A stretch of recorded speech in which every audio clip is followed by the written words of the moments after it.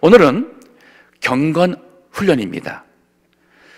우리가 후회 없는 삶을 위해서는 경건한 자가 돼야 돼요.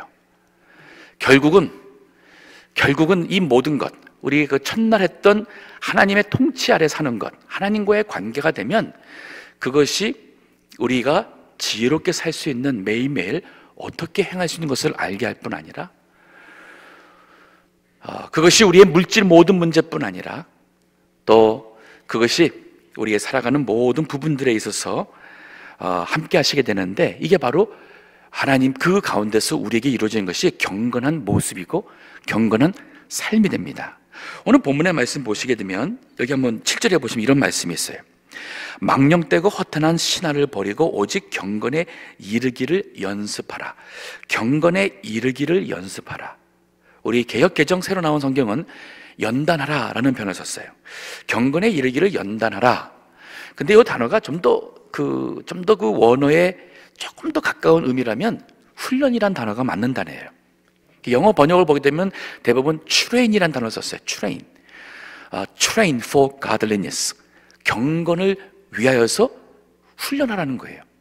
자, 많은 분들이 생각할 때 경건은 무슨 성령 받으면 하루아침에 방언 터지고 하루아침에 능력이 있고 하루아침에 신령한 사람이 되고 하루아침에 뭐 다 변화돼가지고 하는 그런 생각을 하시게 되는데, 여기 말씀 보니까 그게 아닌 거예요. 경건에 이르도록 연습하고 훈련하고 그 연단의 과정을 지나라는 얘기예요. 자, 이 말씀이 바로 그 7절 상반절을 보시기 때문에 이런 말씀이 있어요. 망령되고 허탄한 신화를 버리고 오직 경건에 이르기를 연습, 트레인 하라는 거예요. 사람들은 어떠한 신화적인 것을, 신앙의 신비적인 것을 참 좋아합니다. 하나님께서 그렇게 하실 수 있어요. 또 하실 때도 있습니다. 또 하나님은 신비 하나님이시고 신령하신 하나님 맞습니다. 그렇다고 해서 하나님께서 자연의 법칙을 항상 무시하고 자연의 법칙이 없이 항상 모든 것이 기적적으로 그런 것이 날 때에 신비하게 할 때만 우리는 그것이 성령의 역사고 성령의 능력이라고 생각한다면 그건 착각이에요. 그렇지 않습니다. 하나님이 할 수 없어서 이적을 행하시기도 하고 할 수 없어서 보여주기도 하십니다. 하지만 보편적인 것은 그렇지 않아요. 우리에게 하나님께서는 지정의, 우리로 하여금 충분히 깨달을 수 있는 지적 능력을 주셨어요. 우리로 하여금 하나님의 은혜를, 사랑을 체험하며 감동할 수 있는 감성을 주셨어요. 하나님께서 우리에게 결심하고 믿음을 지키며 순종할 수 있는 그런 의지를 주셨어요. 성령께서는 우리에게 있는 이 지정의, 이게 바로 우리 인간됨이에요. 이것이 바로 영성의 일부이기도 합니다. 그런데 많은 사람들은 이러한 신비적인 것만 추구하는 경우가 있어요. 그래서 여기서 말하는 것이 망령되고 허탄한 신화를 버리고, 이 신화란 단어가 바로 신비예요. 신비를 버리고 이쪽으로 치우칠 때에 신비주의가 됩니다. 말씀을 저버리고 신비주의로 쳐지게 되면 반드시 그 신앙은 위험해져요. 왜냐하면 말씀이 우리를 항상 붙잡아주기 때문에 그렇습니다. 자, 그 바로 위에 절 보십시오. 6절에 뭐라 그래요? 네가 이것으로 형제를 깨우치면, 자, 그거 이것이라는 것은 그 위에 있는 것인데 좀 더 이따 보겠습니다. 자, 뭘 깨치라 그랬어요? 그러면서 하는 말씀이 뭐냐면 그리스도 예수의 선한 일꾼이 되어 믿음의 말씀과 네가 좇은 선한 교훈으로 양육을 받으리라.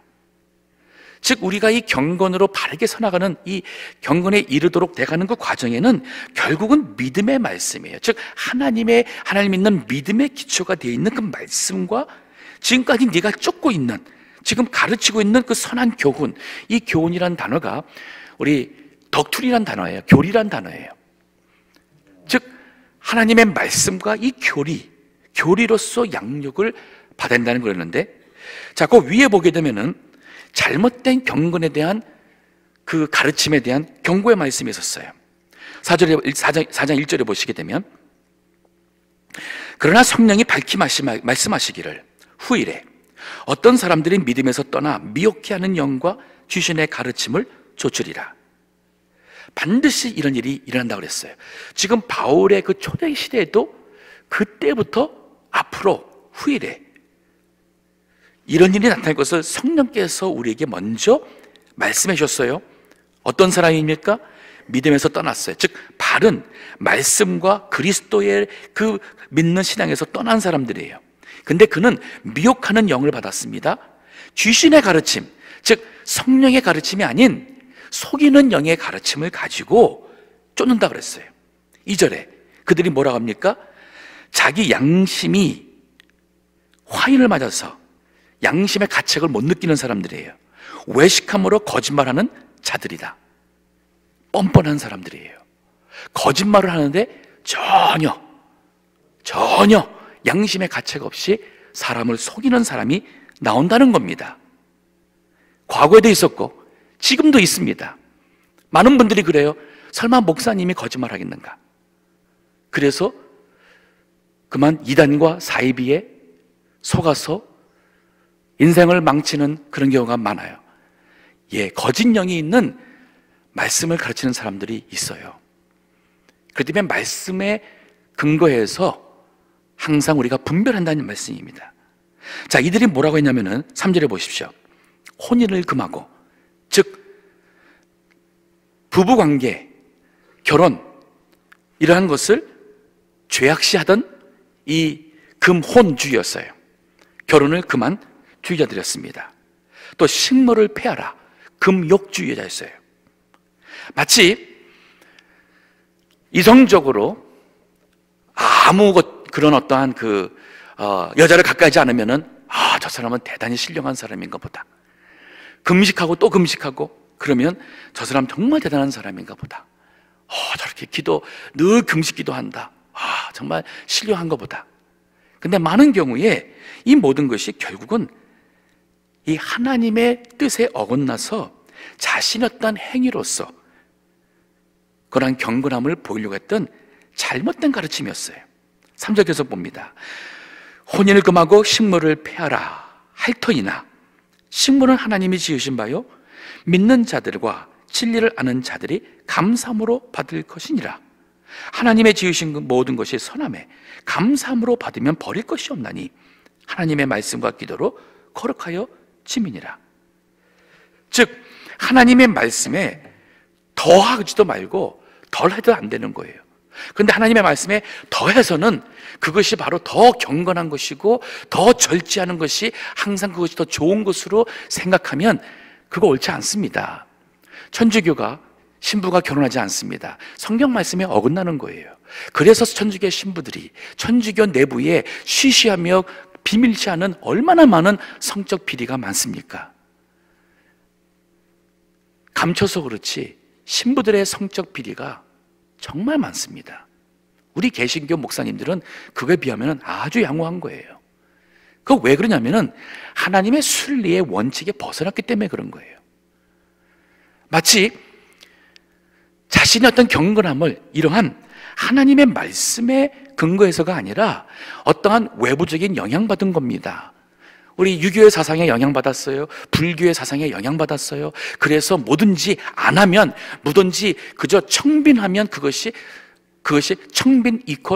청빈은 곧 거룩, 성결? 꼭 그런 거 아니에요. 하나님께서는 물질의 불을 통해서 하나님의 일을 하시라고 불을 주신 경우도 있습니다. 아브라함 부자였어요.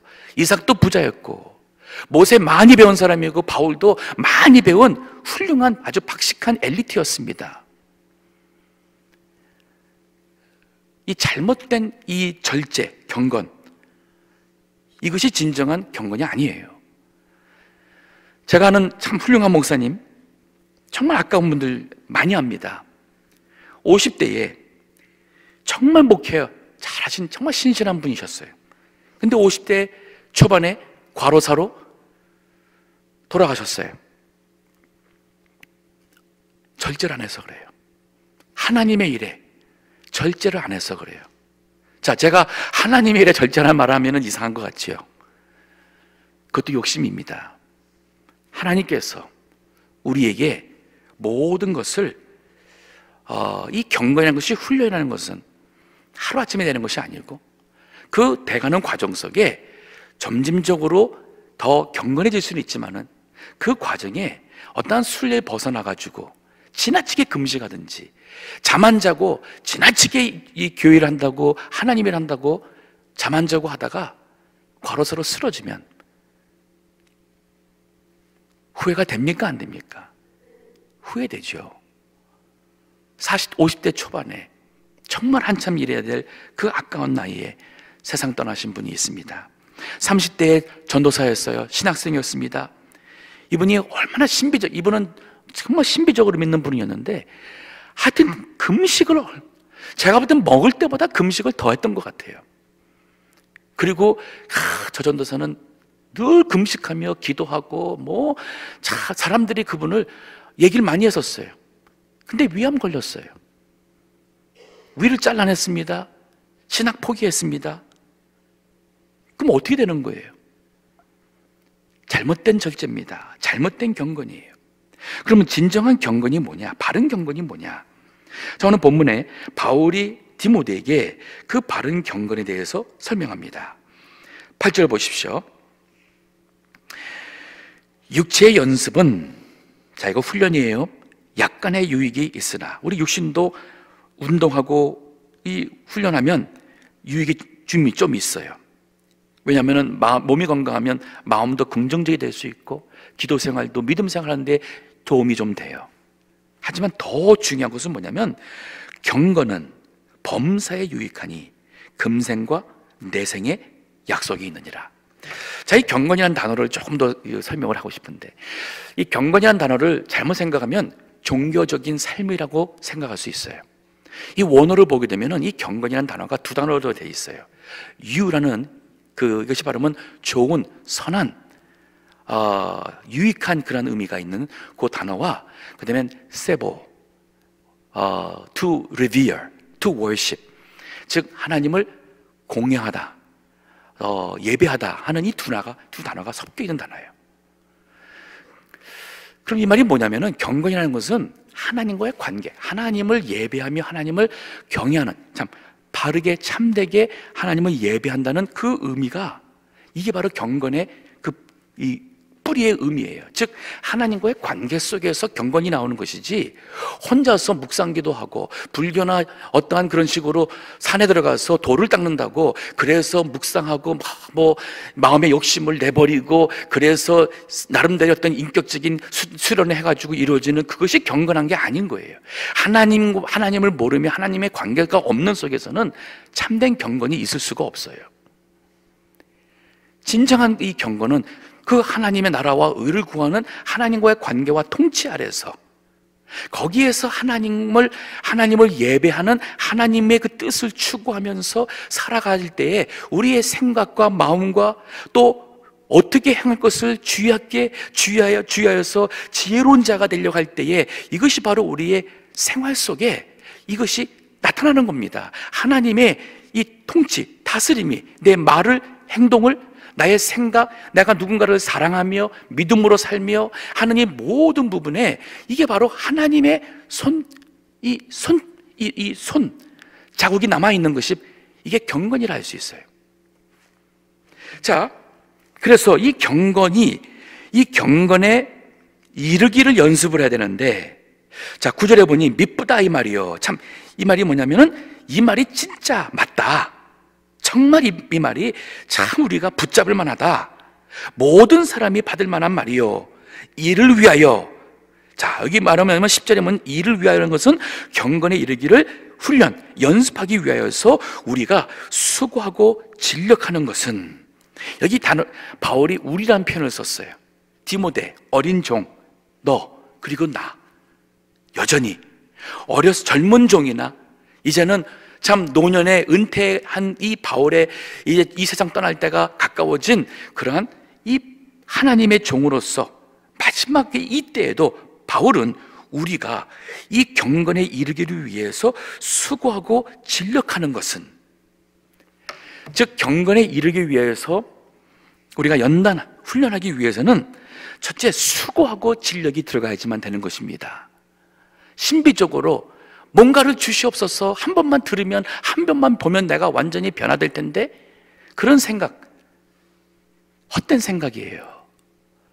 또 육신적으로 어떤 세상적으로 사람들에게 보여지는, 그래서 금식하고 금욕하고 어떠한 그러한 것에서 사람들한테 행위적인 부분을 통해서 어떠한 내가 더 경건한 것처럼 보여주려고 하는 것, 하나님의 관계가 떠나서 그것은 잘못된 절제고 경건이 된다는 것입니다. 그래서 이 수고하고 진력한다는 것, 이 진력이란 단어가 고린도전서 9장 25절에 보게 되면 바울이 이런 표현을 썼어요. 이 똑같은 단어인데 이기기를 다투는 자마다라는 말이 나오는데 그 단어가 여기 지금 진력한다는 단어하고 같은 단어예요. 진력하다, 이기기를 다투다. 즉 이것은 운동에 쓰여지는, 운동선수에게 쓰여지는 단어가 되는데, 우리가 어떤 이 기계체조 선수가 운동할 때에 내가 거기서 아주 연습을 완벽하게 해서 그 대회에 나가가지고 거기에서 실수가 없이 이 모든 것을 하는 그 정신이 바로 여기서 수고하고 진력하는, 우리가 정말 후회함이 없는 믿음 생활을 하기 위해서, 정말 그러한 경건한 자가 되기 위해서는 이러한 수고와 모든 것을 정말 진력하는 이러한 뜻을 품고 경건에 이르기를 훈련하라, 이 말이에요. 오늘 우리 참진 이번 주에 많은 분들이 이 새벽에 일찍 일어나시고 새벽 아침에 예배드리고 또 기도하십니다. 이게 바로 수고하고 진력하는 그 모습이에요. 이것이 1년에 무슨 행사가 돼가지고 새해 신년 특세할 때만 행사를 끝난다면 우리 믿음의 경건은 그 수준에서 머무는 거예요. 이것이 나도 할 수 있구나, 그럼 내가 이거 앞으로 계속 할 수도 있겠구나, 그렇다면 우리 믿음이 그만큼 경건한 것이 이 수준에 올라가는 겁니다. 성경도 그렇습니다. 성경 보면 졸립다, 그래서 보다가는 또 그만두고 보다가는 그만두고, 그러면 성경의 이 진리를 깨닫는 수준이 그 수준에서 벗어나지 못해요. 그 사람의 경건은, 즉 믿음의 수준은 이 수준이에요. 하지만 그 이해가 안 되고 하는 것을 자꾸 말씀을 배우고 말씀을 듣고 그래서 깨달으면서 그 믿음이 늘어나고, 그래서 성경을 보고 이해가 안 되면은 그 좀 해설에 있는 성경이라도 좀 그 봐서가면서 해설을 보면서 이런 뜻이구나. 그래도 이해가 안 되면은 좀 영어 성경도 좀 비교해 보면서, 아니면 좀 더 이 쉽게 번역이 된 것도 좀 비교해 보면서 이래가면서 자꾸 성경을 깨달으려고 해가면서 말씀을 이해하는 정도가 늘어나면, 이 훈련이 5년이 지나고 10년이 지나면 본인도 모르게 성경을 깨닫는 수준이 이만큼 올라가 있어요. 그 사람의 경건은, 즉 그 수준에서 말씀을 이해하고 기도하는 그 영적인 사람으로서 하나님을 예배하는 이 수준이 그만큼 높아지는 경건한 사람, 영적인 사람이 된다는 말이에요. 이것이 정말 우리에게, 여기 7절에 그런 말씀이 있죠. 8절에 경건은 범사에 유익하니 금생과 내생의 약속이 있느니라. 금생은 present life, 지금 이 육신의 이 세상이에요. 내생은 육신이 죽어서 그 다음 세상, 즉 하나님 앞에 서서 천국에서 이루어지는 영생의 그 세상, 이 세상과 저 세상에서 유익함이 있다. 뭐가? 경건이. 그렇기 때문에 후회함이 없는 삶이 되는 거예요. 자, 이를 위해서 바울이 계속 얘기합니다. 10절 보니 이를 위하여 우리가 수고하고 진력하는 것은 우리 소망을 살아계신 하나님께 두미니 곧 모든 사람, 특히 믿는 자들의 구주시라. 네가 이것들을 명하여 가르치라. 누구든지 내 연소함을 업신 여기지 못하게 하여. 자, 어렵니다. 아직 경험이 부족해요. 지혜가 부족합니다. 아는 것과 경험이 부족할 수 있어요. 그런데도 사람들이 디모데, 이 당시에 아마 그가 많아봐야 30대였어요. 아마도 20대일 수도 있습니다. 이러한 젊은 종인데, 그 젊은 종, 비록 젊다 하지만은 업신 여김을 받지 않게 하기 위해서는 경건함이에요. 오직 말과 행실과 사랑과 믿음과 절제에 대하여 믿는 자에게 본이 되어 라는 말씀을 했어요. 이 경건이라는 것, 하나님과의 그런 살아있는 영적 관계에서 하나님을 예배하며, 그래서 하나님의 통치가 그의 말하는 데에, 그의 언어 생활에, 그의 행실, 그가 행동하고 그가 하는 이 품성이, 그가 다른 사람을 향하여서 주는 그런 사랑과 그가 하나님을 믿는 그 모습에 있어서, 그리고 자신을 지키는 정절에 있어서 믿는 사람의 본이다라는 이 말이 얼마나 참 귀한지 모르겠어요. 세상 사람들에게는 당연히 본이 돼야겠죠. 근데 믿는 자에게 본이 되는 그러한 경건한 자가 되라고 바울이 디모데에게 말하고 있어요. 저희도 하나님의 통치하심이 우리의 언어 생활에 이루어져야 돼요. 올해는 더 이상 우리 입에서 욕이 안 나와야 돼요. 어떤 분들은 오 마이 갓이라는 단어를 잠깐만 쓰는데 그 욕입니다. 우리 한국말로 생각하면은 오 나의 하나님 이렇게 생각해서 하는데, 죄송하지만 영어로는 그게 욕으로 사용하는 것입니다. 그래서 우리 그 단어를 말을 표현 안 쓰고 그냥 OMG 이렇게 그 첫자만 써서 OMG 하는데 그 욕이에요. 한국 분들이 그걸 잘 모르고 하고, 또 한국 TV 이렇게 보게 되면 종종 이렇게 그 단어를 많이 써요. 잘 몰라서 그럽니다. 또 심지어는 또 우리 성령이란 단어를 또 써요. 그래서 우리 홀리 그다음에는 단어 그다음에 뭐 이렇게 단어를 하는데 그것도 그래요. 심지어 또 예수 그리스도를 부르기도 합니다. JC 이렇게 부르고 하는데 그것도 그 욕이에요. 십계명에 여호와의 이름을 망령되이 걷지 말라 하는 단어가 말이 있어요. 그야말로 하나님의 이름을 그렇게 우리가 그냥 아무렇게나 언급하고 불러대는 거, 그거 우리 스스로가 우리가 믿는 하나님을 높이는 게 아니라 낮추는 것이라서 해서는 안 될 그런 말이에요.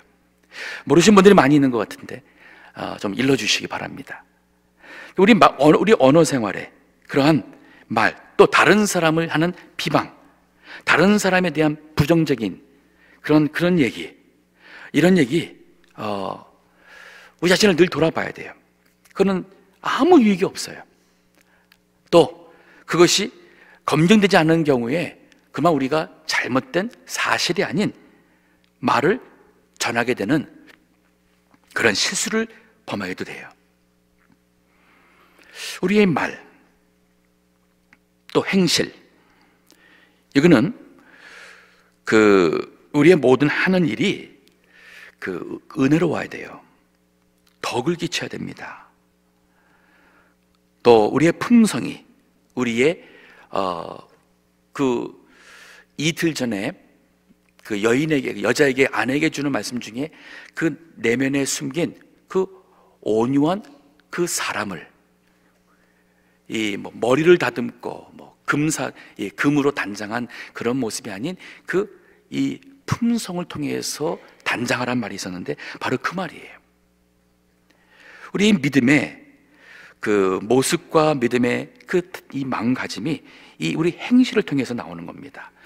우리 친교 시간에 줄을 서다가 좀 노인분들이 있으면 앞으로 양보하는 것, 젊은 사람들이 얼마나 좋습니까?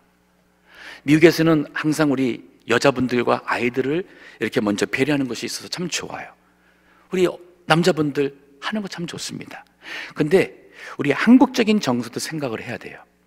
어린아이들한테 한다 그래서 그만 어르신이 계시는데 부모님들이 아이들을 먼저 하는 것, 그건 잘못된 교육이 또 돼요. 미국식이라 다 좋은 거 아니에요. 한국식에서 좋은 거 아닙니다. 미국식이 더 좋은 거 있는가 하면은 한국식에 좋은 것이 있어요. 그러나 진짜 중요한 것은 성경적인 거예요. 성경에서는 항상 부모를 공경하고 우리가 그 백발 노인 앞에서 일어서라는 말씀이 있습니다. 즉 노인을 존경하는 말씀이 있어요. 아이들에게 이런 것들, 또 인사하는 것도 이게 바로 행실이에요. 올바른 행실입니다. 사랑입니다. 아가펜 단어 썼어요. 이 사랑은 어떠한 조건 때문에 하는 사랑이 아니에요. 이유가 있어서 하는 사랑이 아닙니다. 또 뭔가 기대하고 하는 사랑이 아니에요. 조건이 없이 주는 사랑. 근데 이 주는 데 있어서 나의 희생을 감수하는 사랑이에요. 그럼 이 사랑이 한참 가다가 그 다음에 좀 뭔가가 좀 실망되면 그만 중단하냐? 또 그런 사랑도 아니에요. 왜냐하면 이게 변치 않는 사랑이니까, 영원한 사랑이니까. 이 사랑으로 우리가 무장해서 우리가 모든 성도를 대할 때 한결같이, 그가 나에게 어떻게 하든 나는 한결같이 그 사람에게 똑같은 마음으로, 불쌍히 여기는 마음으로 똑같이 인사할 수 있고, 선하게 대할 수 있고, 말을 곱게 할 수 있고, 피하지 않고, 이것이 바로 자신의 경건입니다. 믿음이에요. 뭘 믿습니까? 하나님 살아계신 걸 우리 믿습니다. 그분이 모든 것을 주관하시고 그분이 모든 것을 통치하심을 우리가 믿습니다. 그렇기 때문에 하나님은 계획하시고 뜻하신 바를 반드시 이루심을 우리가 믿잖아요. 그러면 그 과정에 있을 여러 가지 일들의 그 과정 속에 진짜 믿음은 믿기 어려울 때 그 하나님을 붙잡고 나가야 돼요. 그것이 바로 믿음이에요. 정절입니다. 이거는 순결하다, 깨끗하다, 단정되다. 무슨 면에 있었습니까? 여기서는 물질 문제예요. 이성 문제입니다. 성적인 것. 이런 데에 깨끗하고 단정된 자신의 모습, 이것이 바로 참된 경건. 오늘 본문의 말씀 좀 더 뒤에 와서 보게 되면은, 자, 13절 보니 내가 이를 때까지 읽는 것과 권하는 것과 가르치는 것에 창념하라. 여기 창념한다는 것은 거기에 참 모든 것을 다 드리라. 이 같은 경우는 디모데는 그 에베소 교회를 목회하는 담임 목사의 위치였어요. 그러니까 바울이 그 목사로서 그 목회하는 데에 이 하나님 말씀을, 이 말씀을 그들에게 읽고 이 말씀을 권하고, 즉 설교입니다, 이것을 가르치는 이것에 모든 것을 하라는 말이었어요. 그리고 14절에 보니 내 속에 있는 은사 곧, 여기 은사는 하나님이 주시는 그 은혜인데, 곧 장로의 회에서 안수받을 때에, 그 목사 안수받을 때를 여기서 말하는 겁니다. 예언으로 말미암아 받은 것을 조심 없이 말며, 지금으로 만나면 그 목사 안수 받을 때에 그 초심을 잃지 말며, 15절에 이 모든 것에 전심전력하여 너의 진보를 모든 사람에게 나타나게 하라. 너의 진보, 네가 이 경건에 있어서, 믿음에 있어서, 이 모든 말과 행실과 사랑과 믿음과 정절에 있어서 이게 계속 진보되는, 올해가 작년보다, 올해는 또 내년은 올해보다 우리가 이 경건이나 모든 면에 진보되는 것을 보이도록 전심전력하라는 그 말이에요. 이것이 후회함이 없는 삶이 됩니다. 저는 말씀 준비하면서 제 자신을 또 많이 생각해 봅니다. 저도 제가 목회하면서 후회함이 없는 목회를 하고자 하는 마음으로, 이게 참 하나님께서 이 LA 동부교회에서 목회할 수 있는 기회를 허락하셨는데, 후회함이 없는 목회를 하기 위해서 전심전력하고, 또 저는 개인적으로 경건에 이르도록 제 자신을 훈련하고 연단하고, 그래서 지금보다 앞으로 5년이, 앞으로 10년이 저 개인적으로나 우리 교회적으로나 우리 모든 성도님들이 믿음이나 사랑이나 경건이나 모든 면에 우리가 이게 자라야 돼요. 그래서 정말 하나님을 아는 성도가 되고, 정말 신령한 성도가 되고, 우리가 주님이 오라 하시는 그 천국에 참 갈 때가 되었을 때에, 그때의 우리의 믿음의 수준이 최고가 되어진다면 우리는 결코 후회함이 없는 삶이 되리라 봅니다. 사도 바울의 고백 기억하시죠? 그가 주님께 갈 때가 가까웠어요. 디모데후서 4장 7절부터 내가 선한 싸움을 싸우고 달려갈 길을 마치고 믿음을 지켰으니 이제 나를 위하여 의의 면류관이 예비되었다는 말하는 것. 쉽게 말하면 바울은 후회함이 없었어요. 주님이 주신 이 사명자의 길을 내가 이 사명자의 싸움을 제가 싸웠습니다. 그 길을 달려왔습니다. 믿음을 지켰습니다.